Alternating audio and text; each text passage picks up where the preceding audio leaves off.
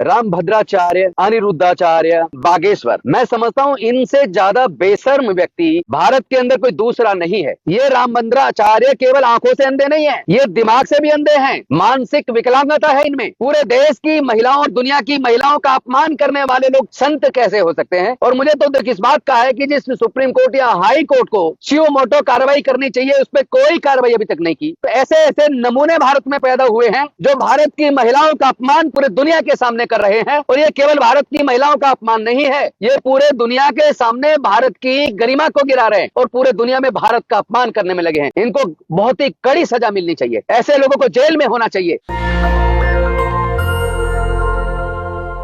नमो बुद्धाय, जय भीम, जय भारत, जय संविधान, जोहार साथियों, अभी आपने देखा भारत के अंदर कई लोग, जिनको कुछ लोग संत कहते हैं और कुछ लोग जगत गुरु शंकराचार्य कहते हैं, तो अलग अलग प्रकार के नाम से पुकारते हैं।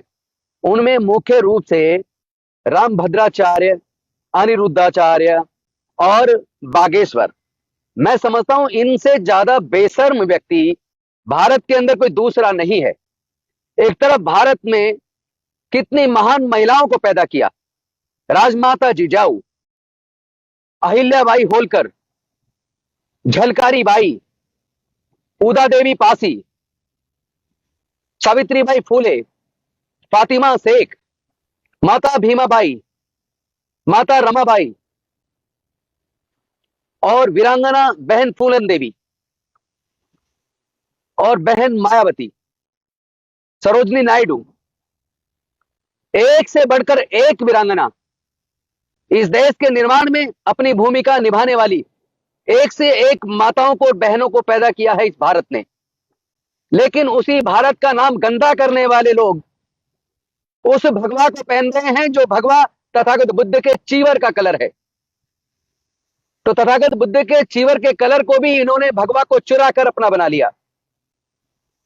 और साथ ही साथ बुद्ध ने कहा था ऐस धम्मो सनातनो, यानी जो आज सत्य है वो कल भी सत्य रहेगा और वो पहले भी सत्य था, वही सनातन है, ऐसे धम्मो सनातनो।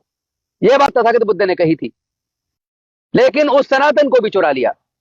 और एक इनमें से, जिनको ये संत कहते हैं, कथावाचक कहते हैं, एक कहता है कि महिला एक खाली प्लॉट की तरह है, अगर उसकी शादी ना हो तो वो खाली प्लॉट की तरह है, कोई भी खाली प्लॉट समझ के कब्जा लेता है। तो दूसरा कहता है कि अगर किसी महिला की शादी 25 साल के बाद हो तो तब तक वो 7-7 जगह मुंह मार चुकी होती है। तो तीसरा कहता है पत्नी यानी कि वाइफ, और वो वाइफ को कहता है कि इसको, वाइफ का मतलब WIFE, और W को कहता है, W का मतलब वंडरफुल, I का मतलब इंस्ट्रूमेंट, F का मतलब फोर और E का मतलब एंजॉयमेंट। ये रामभद्राचार्य केवल आंखों से अंधे नहीं है, ये दिमाग से भी अंधे हैं। मानसिक विकलांगता है इनमें। पूरे देश की महिलाओं और दुनिया की महिलाओं का अपमान करने वाले लोग संत कैसे हो सकते हैं? और मुझे तो दुख इस बात का है कि जिस सुप्रीम कोर्ट या हाई कोर्ट को सुओ मोटो कार्रवाई करनी चाहिए, उस पर कोई कार्रवाई अभी तक नहीं की।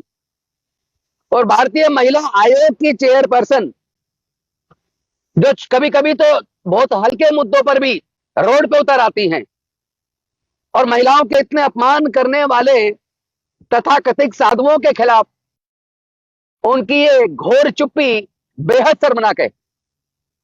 मैं पूछना चाहता हूं पूरे देश के लोगों से, मैं पूछना चाहता हूं देश के प्रधानमंत्री जी से, देश के गृह मंत्री जी से और इन तथाकथित साधुओं, कथावाचकों से, क्या वो किसी मां के पेट से पैदा नहीं हुए?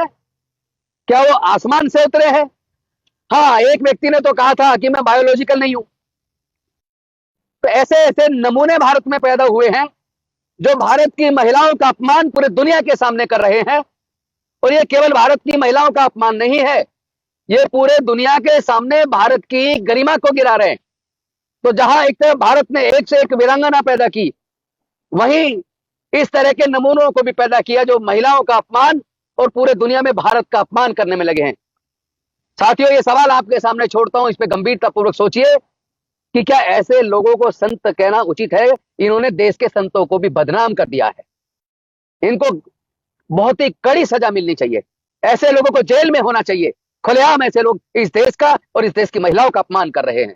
नेशनल दस्तक की आपसे गुजारिश है कि अगर इसको बचाना चाहते हैं तो नेशनल दस्तक को सब्सक्राइब करने के लिए रेड कलर के सब्सक्राइब बटन को दबाएं, फिर बेल आइकन की घंटी दबाएं।